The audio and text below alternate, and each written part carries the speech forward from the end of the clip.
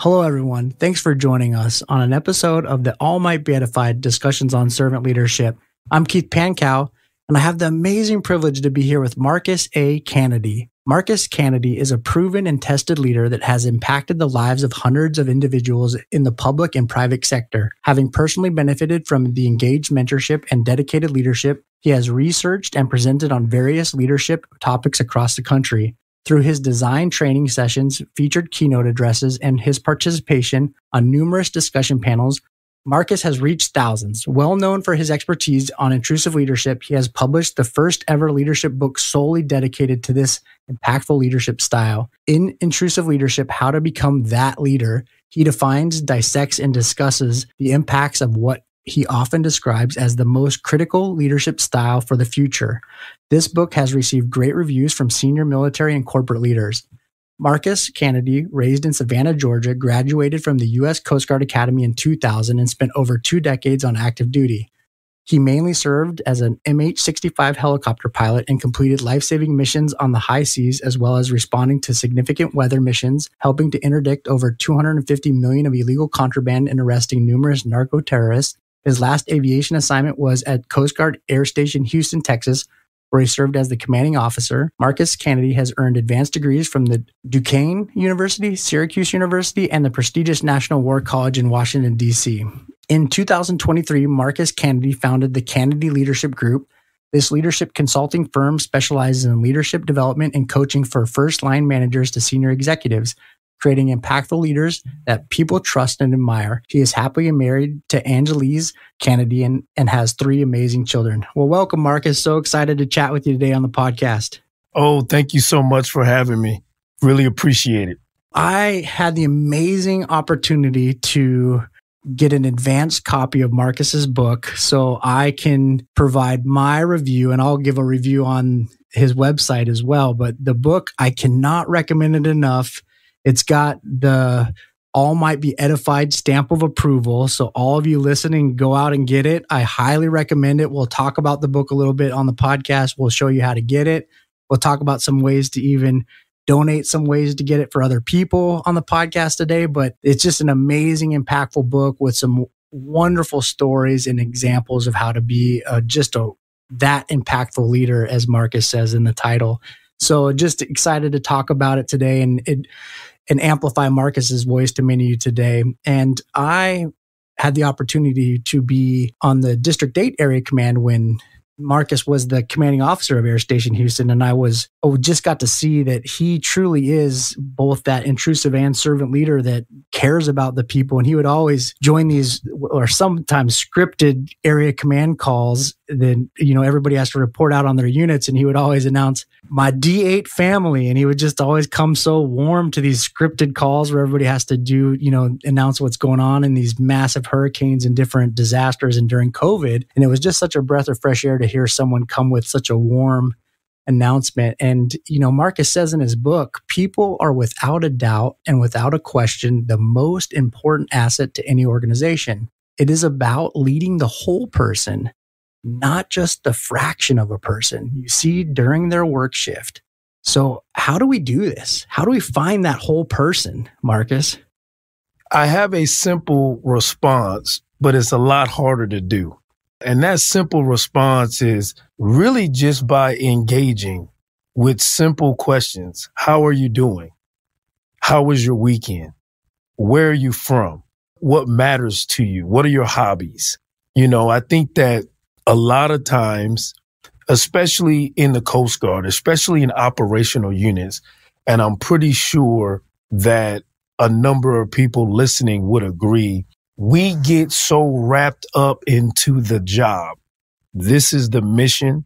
This is the task that we need to complete, that we naturally get ourselves in the mode of, when we deal with our employees, when we deal with our coworkers, it's about the job and it's rarely about them.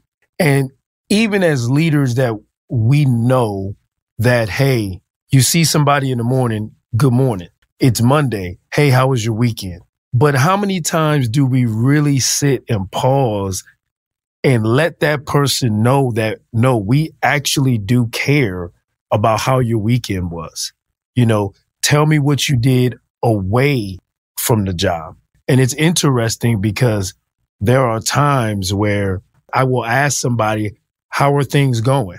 And they will spend 5 minutes talking about how things are going at the job. And I almost have to stop them to say, no, I'm asking how are things going for you? Like, how are you doing? And it's a very interesting thing. But when I say that I have a simple response, but it's harder to do, those things take time.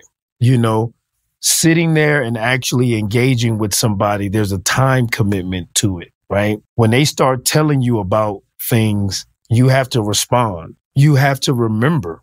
You don't want to be that person to ask somebody how they're doing and they tell you about their family or something that's important. And then the next day you've completely forgot. So it takes a little bit of effort to do it. But my message is that concerted effort in engaging with people in this manner is well worth it. And the impacts that you will receive as a leader from employees when you do that, it's unmeasurable. So wonderful. And, you know, we're going to talk a little bit more about the book, but your book just has some wonderful, profound examples about that. And I noticed throughout those examples how often you prompt that, you know, those examples of how are you doing, what's going on. And I thought about that a lot when I was reading the book. There was an example that I recalled when I was down in Mexico on a Coast Guard assignment. And I had this peer that I was working a lot with in the Mexican Navy, Ana Prezes, and she would always answer with an honest answer when I asked how she was doing. And sometimes it was, oh, not so good, friend. And, you know, a lot of times in our culture, fine, good, we give these real superficial answers. And if someone actually gives an honest answer that's not fine or good, we don't know what to do with it. And I think that's really indicative of our culture and what you're talking about work versus personal answers. And we have to be willing to sit and receive, oh, not so good, and then entertain what comes after that and not look uncomfortable and know what to do with that. And I think about Ana Prezes and how she taught me to have a good conversation about what that looks like when she said, oh, not so good, or I'm just tired today, and what that means and how to have a dialogue about that. And I think the Hispanic culture is so good about talking about those honest conversations that I learned so much in those 6 months about how to dialogue that just was wonderful. And what other advice do you have about how you respond, not just with your words, but with your nonverbal cues when someone answers you, just to make yourself more inviting to be a source of warmth to people, that they're going to not just think you do such a good job of saying D8 family, but you also invite a family response. So what do you do that? So I really just think that it's how you engage with people in a normal sense. And you invite people to be honest. Sometimes you have to tell them, hey, I really want to know. And you also model that example. If somebody asks me how my weekend was, I tell them how my weekend was. Hey, this is what, I did with the family. We did this, we did that. So you sometimes you could break down those barriers by taking the first step yourself as a leader. But in those moments when you ask somebody how you're doing, how's your weekend, how's your day going, as a leader, as a supervisor, as a coworker, as a friend, you really do need to listen, because sometimes people could be going through something and they send off a little smoke flare, wondering if somebody's going to catch on to it, and then ask that intrusive question that's going to get them to open up. Sometimes people don't know how to seek help, so they might give you a less than enthusiastic response when you ask how are things going, just to test to see, hey, is this person going to stop, and are they going to engage? Are they going to ask a follow-up question? Because I'm not really sure if they really do care. I remember one time when I was at the air station and I was heading to a meeting that was off base. So I was heading to the government vehicle and I asked one of the petty officers, hey, so-and-so, how are you doing? And her response just there was something a little bit off about that response. And I said, hey, tell me what's going on. And she had just lost her father the night before. And she was literally in a daze. She really had no idea what to do, how to process this. So she was literally going through the motions. She was at work. She was in uniform, but she wasn't an employee then. At that moment, she was a daughter that just lost her father. And so at that moment, if I had not paid attention, I could have missed it. If I was afraid to engage and ask that intrusive question, that follow-up question, I could have missed it. But at that moment, this daughter who just lost a father, she became the priority. She became my mission. That meeting was secondary. I could have easily sent an email later on to say, hey, this is why I was late, catch up. But at that moment, she needed to know that in that moment when she was at an emotional point, having a bad day, that she was at a workplace where people will stop anything to make sure that she knew that she was valued and supported. That's just such a powerful story. And I love how you first talked about how we have to model this behavior. And then you get to this story where you're really modeling it in a way that you reprioritize things to show people they truly matter. And you really exemplify that people are without a doubt the most important thing in our organization. And I just love it. And, your book's on intrusive leadership. You have made intrusive leadership your mission. And we've talked about the article that led up to this on the podcast without you. I've really become a believer in this article. There's been a couple episodes where we've championed this article, and it's in the show notes on a couple. If you haven't heard about this article and you're a listener, you can visit some other episodes that we've talked about this. We're not going to go too in depth in this article. We may touch on it, but it's available. It'll be in these show notes as well. But it's just a powerful article that it changed my paradigm. And I had to think a little bit more about what I was doing as a leader. And so I take every opportunity I can to share it, because I've been a value for this article, and I want other people to have the value of having the opportunity to think more deeply about how they interact with the people around them. And I appreciate Captain, Marcus Canady for sharing this. And one of the things I think about is, in addition to changing that paradigm, I was one of these people that thought intrusive leadership, I just didn't like the name. I was really resistant to it. I was like, I just don't like this name. And, Marcus has been in my ear. He gives me this book to read. I get into it, and I've become a believer. I've done a 180. I've changed. I'm completely on board. I sent him an email after I finished the book. I'm like, Marcus, whatever you need, I'm here to do it. I'm going to champion this cause with you. I'm 100% on board with this mission.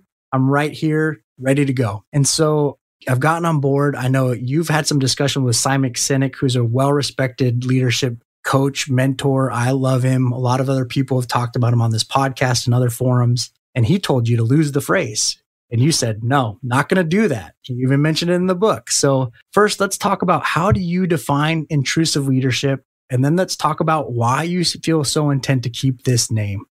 Oh, yeah, definitely. I will give you my definition of intrusive leadership. And I say my definition because right now, until somebody proves me wrong, I believe that I am the only person that has truly provided a definition for this leadership style. So intrusive leadership is a leadership style that uses intentional actions to inspire, motivate, develop, and support people by caring for the whole person through a trusting relationship that addresses professional and personal interests, desires, and concerns. So that's a definition, right? What does that really mean?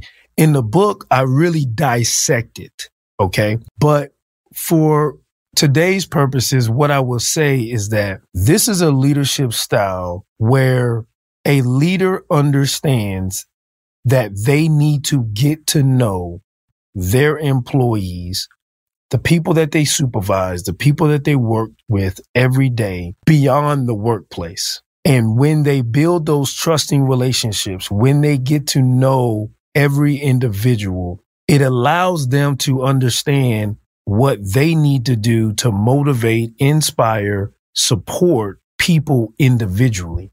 It's the thought of, I'll say this. I believe there's two ways of approaching leadership. You can approach leadership by figuring out what you think the best way for you to lead. This is what I feel comfortable doing. This is what plays to my strengths. So this is what I'm going to do. I'm going to be this leader.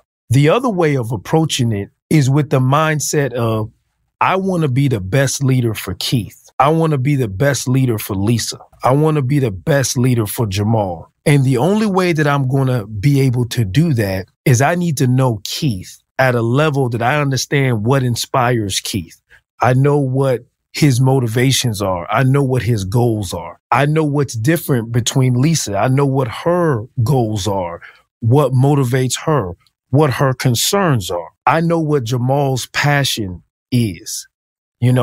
I know what his fears are. I know what makes him tick. And then I am going to use that information to be the best leader for you, to be the best leader for Lisa, and then the best leader for Jamal. And that's what intrusive leadership is about. Getting to know people at an intimate level beyond just the workplace so that you as a leader are better suited, better informed, so that you can cater your leadership style to have the most impact on that person. It sounds beautiful to me. I mean, I know I've had a 180. I know what I've struggled with the term. Why do you think so many people struggle with that term in intrusive leadership?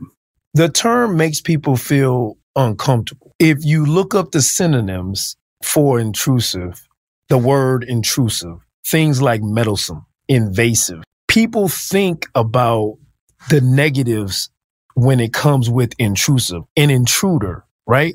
Who wants somebody coming to the house that's intruding, right? Well, if there was a fire in my house, I would want the firefighters to be intrusive. I want them to intrude into the house to deal with the situation that I have beyond that front door. If I was having a problem, my friend would be intrusive. My friend would know me well enough to say, something's a little bit off.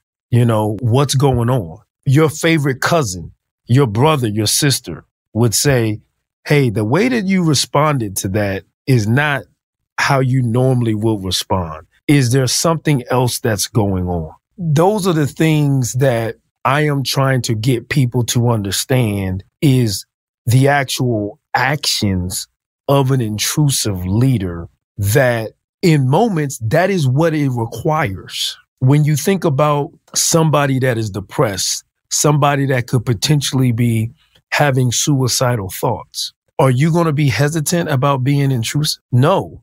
You're going to say, hey, in this moment, something's going on. I need to pry a little bit deeper to find out what's happening. So the reason why I decided to keep the term, and I will say that Simon Sinek did agree with this. This was the one thing that he had positive to say about the term, is that nothing describes the actions that I am saying leaders should do on a daily basis, and especially in critical moments, like the term intrusive. And since my goal, my mission is to motivate people to act differently in their leadership style, then I decided to keep that term because it best describes the action.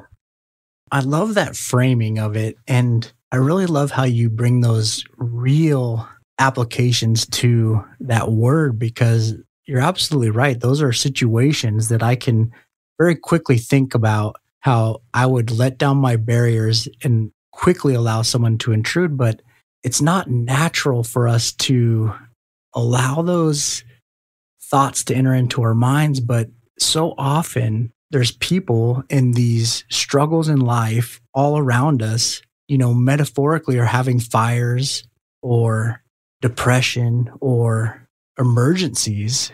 And we're just not recognizing the signs, the smoke, if you will, and we're not taking the action to be those firefighters as leaders, to run to the rescue, to ask those to intrude, to be intrusive.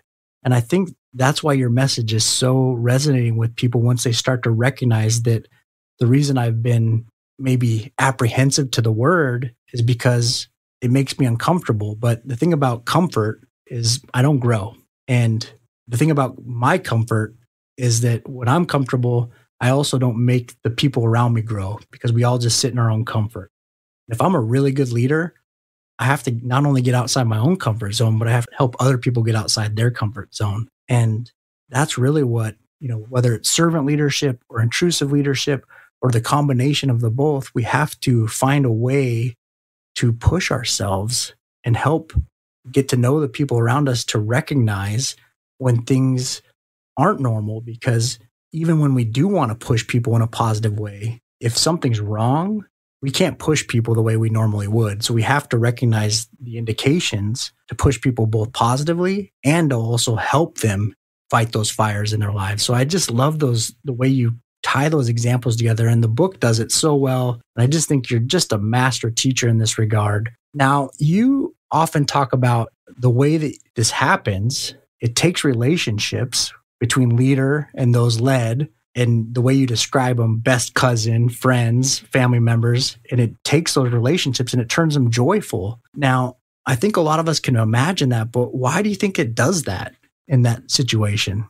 It is because of the most important characteristic or foundational thing with this leadership style, and it's trust. You trust your best friend. You trust that family member. You trust your brother, your sister, whatever it is. So if they were to come up to you and say, hey, how's everything at home? You are listening to that person ask that question, but it's on a foundation of trust. So you respond to it differently. Whereas if a perfect stranger asks you, how are things at home?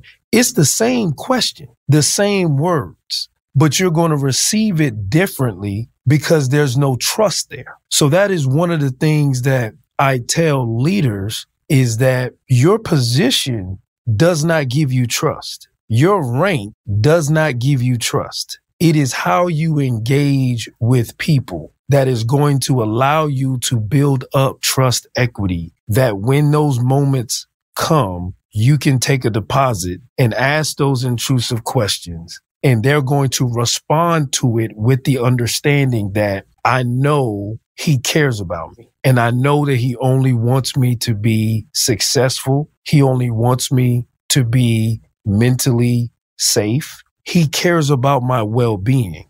In this moment that I'm going through something, I can tell him or tell her, and I know that I'm going to be okay and I'm going to get some help. So that is the reason why. And I think that there was definitely a time where at the workplace, that was not the thought. We were taught compartmentalize. What happens at home stays at home, leave it at home, compartmentalize and get the job done.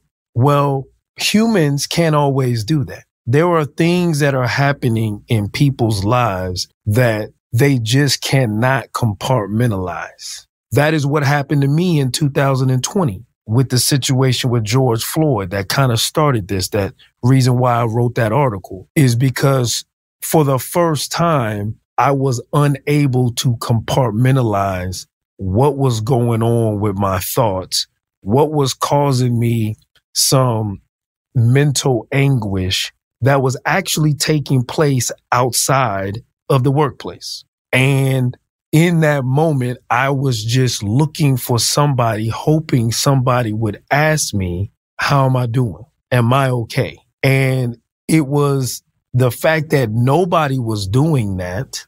And a situation happened where I needed to do that for somebody else who just happened to be African American as well, that I just thought that this is a moment that leaders in the Coast Guard and really in any organization cannot miss. They cannot miss the opportunity to let somebody know that they are seen as a person, not as an employee, and that they're there for. And that was the motivating thing behind that original article, which really started this journey on studying this leadership style and ended up writing about it, I should say. Yeah. I love so many things that you said there, and you carry these ideas well thoughtfully throughout the book. And I just love this idea of building up trust equity.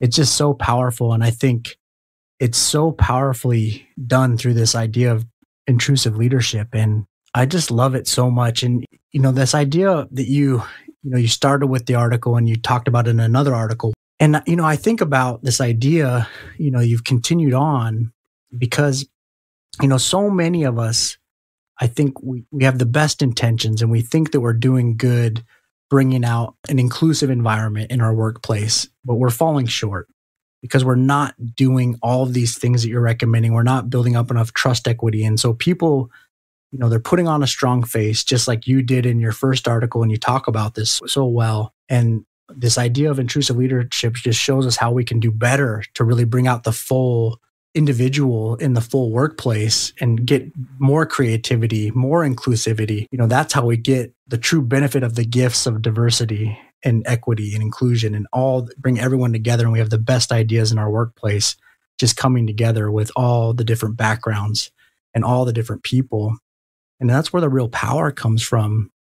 But it does take work, as Marcus has been teaching us. And really, there's so many examples that you've given in the many forums you've talked about. But the one example that comes to mind that builds upon this idea of trust equity that just resonates so powerfully with me is this example of Steve and Celia Peace in your book. Because there's this example of these grandparents in the book and they obviously love their grandchildren, but I don't think anyone can dispute a love that grandparents have for their grandchildren. And I just want to turn some time over to you to talk about this example in the book of these grandparents and what they did to go that extra mile to really show how to create this avenue to do more, to understand what their grandchildren were going through, to understand what their son-in-law was going through, to understand how to build a better environment, to even become more understanding of what to do. And I think we can learn a lot from this. Yeah, that was definitely one of the more surprising stories that I heard as a result of that first article. So this couple, Steve and Cecilia Peace, they go to the same church as my parents. And my father shared that article with them. And as a result of reading the article, they decided to spend the evening with my parents talking about race, talking about what it was like growing up and going through life as an African American. And the things that they ended up hearing about, learning, changed them. It gave them a new perspective. And so what they did with that new perspective is they decided to have a conversation with their son in love. And he is African American. Steve and Cecilia Peace are Caucasians. Their daughter, obviously Caucasian. So daughter married an African American. So they decided to have this conversation with their son-in-law. Never had this conversation before, even though they had spent countless number of hours, holidays, good times with them. They never talked about this aspect of their son-in-law. And then they decided to ask their granddaughters some intrusive questions. And the responses that they got back was very shocking to them, but it strengthened their relationship. They got a chance to understand a little bit more about the life experiences that people that they had been spending time with, that they cared about, that they had true, authentic relationships with. They got a chance to know them a little bit better, a little bit deeper, because they decided to make some intentional actions in learning about a different perspective. And so when I heard about that story, it was profound. And I loved it because it was something that I didn't expect. When I wrote the article, I was thinking about the military. I was thinking about this and that. I didn't think about how it could impact the family. But what I took from it and was a couple of things. One, because they decided to take some initial actions and learn about a different perspective from theirs, they were now awakened to some experiences, some thoughts that were foreign to them. They were now enlightened on something that they didn't know about before because they decided to take some initial actions and learn about it. So that was one thing. The other thing was that it also showed me that, once again, you can spend countless number of hours, days with somebody. You can have a truly authentic, good relationship with someone and still not get to a level that will go to where these type of conversations take place. And that these intentional actions, these intrusive questions, they can turn a good relationship into a great one. They can take a great family bond, blood, and make it even stronger. And I think that, especially in the workplace, we have a hesitancy to go to a certain level. Once again, we decide to stay in our comfort zone. I don't know anybody that works out and wants to stay comfortable while they work out, right? But we need to, in our leadership, in the way that we interact with people, we need to push ourselves to be okay with being uncomfortable. And I remember doing a presentation, and after the presentation, this senior officer came up to me and said, I feel like I am this type of leader, but I know that I have refrained intentionally on not talking about things like race, discrimination, racial harassment. And now I understand how I'm limiting myself in my learning, and also how I connect, and also how I can support some members that are trusting me to be the best leader for them. Oh, so powerful, so powerful. And I love the way you use that son in love instead of son-in-law. And that's the transformation. That is indicative of that transformation, because that just shows a complete transformation of that relationship. And that's the level of transformation we can all have in our relationships with those around us, as we can completely transform the dynamic, because so many talk about their in-laws in a negative light. And that doesn't have to be the case. It's how we approach those relationships with intention that can change them. And that's what intrusive leadership's all about, that Marcus has been teaching me so much about, and his book does such a wonderful job. Now, many of you are interested in servant leadership, and that's why you're here, but Marcus has some answers for you. He tells us that intrusive leaders makes better servant leaders, and that caring for the whole person is an important piece of intrusive leadership. So what does that really look like? What I was thinking about with that, specifically with servant leadership, there are without a doubt a lot of parallels between intrusive leadership and servant leadership. I think that the one defining distinction is, once again, the bounds, the limits of that servitude. You can be an excellent leader by making sure somebody has all the safety equipment that they need to do the job, that they have all the training that they need to do the job, that they are well prepared, that the work schedule is conducive to them. You can serve the people that are working for you by doing all those things without ever asking or getting to know them beyond the workplace.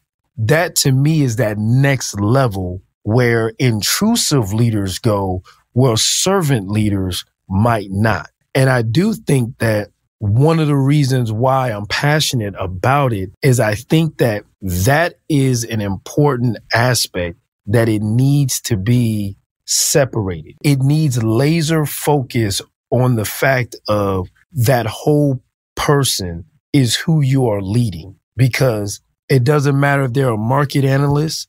It doesn't matter if they are a civil engineer, whatever job that they are, they're still a father when they're on that plant floor. They're still a mother when they're in their cubicle. They're still a son or a daughter when they're in the boardroom. And so the whole person is at the job. And once again, there could be something that could be going on with them in the other facets of their life that is actually impacting them in the workplace. And if you only deal with them as an employee, then you are basically limiting your effectiveness as a leader. And in my opinion, you can be a good leader. You can be a well-liked leader, but you won't be that leader that they're still talking to 10 years after they stop working for you. You won't be that leader that truly changes their life or gets them to do things that they never thought was possible if you do not decide to go a little bit further and get to know them at a more deeper level so that you can lead more of them. Yeah, I really like that. And one of the earliest episodes of the podcast with Clint Ory, we were talking about the difference of respect and tolerance. And we talk about, so many people talk about, just needing to have tolerance. And we discussed how tolerance is really just a baby step. It's really a crawl, that respect is really the goal that we need to reach for. And what Marcus is talking about, we have to be an intrusive leader, we have to have a desire to respect the whole individual. We can't search for tolerance. We just can't. That's not going to be good enough to get to this point. We can't have tolerance for different beliefs. We can't have tolerance for different backgrounds. We can't have tolerance for different races. We can't have that as our viewpoint. It has to be respect for the whole individual, wherever they come from, whatever their beliefs are. That's how we're going to get to a point where we really want to learn and love that individual in a way that we can actually have a good quality team. And I just love it. Now, we've had just a wonderful episode so far, and we have definitely a couple of things I want to talk about. But before we forget, I want to highlight that Marcus does a great job when he does these wonderful presentations around the country to military. He tries to give out a bunch of free books to the military, and the Coast Guard Alumni Association makes that possible. And so if you're listening and you have a desire to donate to make these books free to the military, you can go to www.cgalumni.org. And there's some links there to go to the CG Alumni Association to donate the Intrusive Leadership book, so they could be donated to some military members that might not be able to afford them, some of the junior enlisted and other members, so they can be donated as well to make that possible. So we appreciate that. It doesn't just go to the Coast Guard. He goes to every service when he goes. We're actually organizing an event in New Orleans. I'm helping with that in September, and he'll visit every military branch in the area. And we love that. It's a great opportunity. So he does that all the time. There's lots of different events going on all the time. So there's definitely a need for that. So I wanted to highlight that before we go on and ask a few more questions to close us out now. Just to make it easy for people that desire to do that, if they go to my website, CanadyLeadershipGroup.com, on every page, there's a support our troops link. And if you hit that, it takes you right to where you can click the link to go to the Coast Guard Academy Alumni Association page to do that. And the reason why is because I'm not doing this to sell books to military members. I am not going to be that person that is at units selling their book. If somebody in the military wants to sharpen their leadership skills, I want to be able to provide this book as a gift. Unfortunately, I can't just purchase all these books myself, so I definitely need some help. That is what that is about. I want this message and I want this leadership style to spread. And I'm not just trying to sell books to military members. And both those links will be in the show notes for everybody too. For anybody who might think that maybe this style might not work for them, or there might be some styles that, might not work for different, diversity, inclusion, or equity styles, you have this wonderful analogy about styles that I just love, this party example that's in the book. You want to talk a little bit about that? And then we'll move on to our final two questions to wrap up. Yeah, definitely. I think, and I'll shorten it a little bit just because of time. But for me, the party example is how I mentally think about the relationship between diversity, equity, and inclusion. So the party example goes like this. Diversity is everybody being invited to the party. Everybody has an invitation to the party. Nobody is prohibited to come into the party, right? Equity is everybody having equal access to the dance floor. And when you're on the dance floor, you can dance wherever you want to, right? Nobody has to do anything extra to get to the dance floor. Or once you get to the dance floor, you don't have to get in the corner, or you don't have to be way in the back of the dance floor away from the boss, me, sitting there judging who could dance, right? But inclusion is the music that is being played. So you can have people at the party. You can have people that dance because they don't want anybody else to think that they're not having fun or that they have an attitude. So they get up and dance. But your experience at the party is going to be different depending on the type of music that you like to authentically dance to. So I like hip hop. So if I play nothing but hip hop at this party, then those that like hip hop are going to have a great time. Those that don't, once again, they might be there. They might actually dance, but they're not going to have as good of a time because that's not necessarily the music that they like to listen to. Now, me as a supervisor, I'm the DJ, I'm playing the music. I might say that this person is not a good dancer because they don't know how to dance to hip hop, never knowing that they can salsa their tail off. But I never played salsa music to find out that this is the type of music that they can authentically dance to, and that it's not about whether they can dance.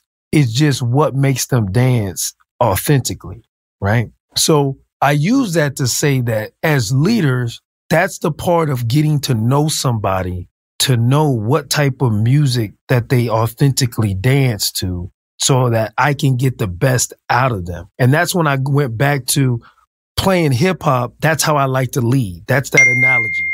This is how I like to lead.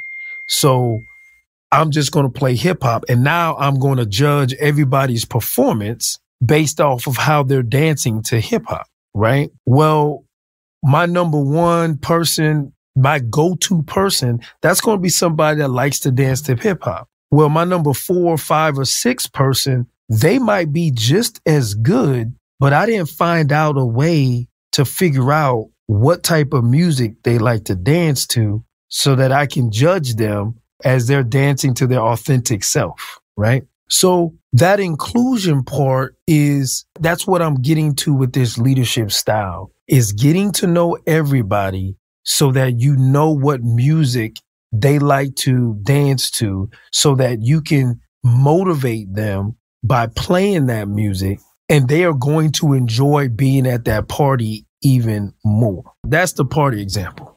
I love it. And I know we're a little long today, but I couldn't leave without getting that example in there. So I had to get it in there because I just love that one. Now, talk to us a little bit about the Canady Leadership Group and where you hope that goes and what's going on with that. Yeah. When I decided to write the book, I just decided to start an LLC. But this has definitely been a passion of mine. How I have been impacted by leadership has changed my life. How I hope to impact others, I hope to change their life. So this has been a passion in helping people have a truly profound impact on the people that they work with, on the people that they lead, that is long lasting and permanent. So through the Canady Leadership Group, I hope to take this message far and wide. I hope to continue to talk to military audiences in all different branches throughout the country. I hope to talk to corporate workspaces. I hope to talk to police departments, fire departments. I hope to talk to anybody and everybody, teachers, coaches, that want to connect with people at a different level. And why is that important? Why has this become my why? When you learn a new perspective, when you learn how somebody else has grown up, the experiences that they've had, it changes you to the core. That new perspective changes you. When you end up hearing about how somebody, one of your coworkers, one of your friends in the Asian community, what they were going through during the COVID pandemic and some of the challenges that they have had in this country because of their ethnicity, when you have been awakened to that new perspective, it changes you fundamentally. And that change is going to go beyond the workplace. It's going to go beyond that military unit, that corporate office. You can't change at the job without changing at home. You are going to be a better neighbor. You're going to have that new perspective when you're deciding something at the parent-teacher conference, when you're doing something with the home association. You are going to be changed as a person. You are going to be better at the job. You're going to be better at home. And with that, person by person, leader by leader, relationship by relationship, we can just simply make this place, a better world. And I just hope that everyone that's listening to this decides to join me in making some intentional actions to change this world.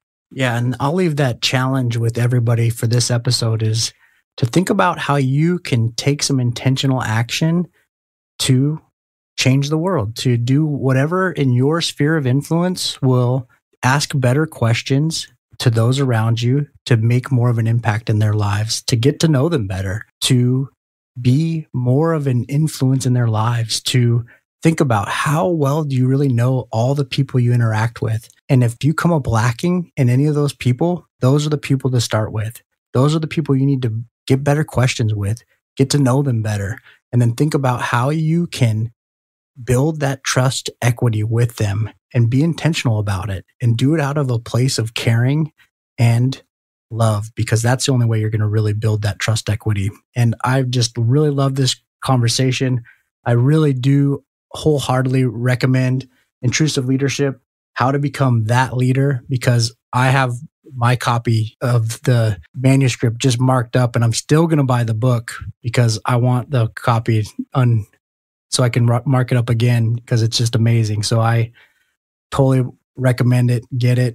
There'll be links to where to get it. And with that, any final comments to wrap us up today, Marcus? I just really want to thank you. I want to thank you for this opportunity. I want to thank you for the conversations that you're having. I've listened to the podcast. What you're doing is great. And just, for you and for anybody else, just never underestimate the impact that you can have as a leader when you really lean into being that leader that cares for people, that tries to draw the best out of them. Even if it's just 5 minutes, if you give somebody 100% of you for 5 minutes, that person might remember that for the rest of their life. Just remember the impact that you can have on people and go out there and just make sure that impact is good. Well, thanks so much, Marcus. And I really appreciate you coming on the podcast. And I look forward to seeing where the book goes and see where the Canady Leadership goes. And I hope all of you have been edified. Please like and share this episode and go out and get the book and share it with others. And have a wonderful day.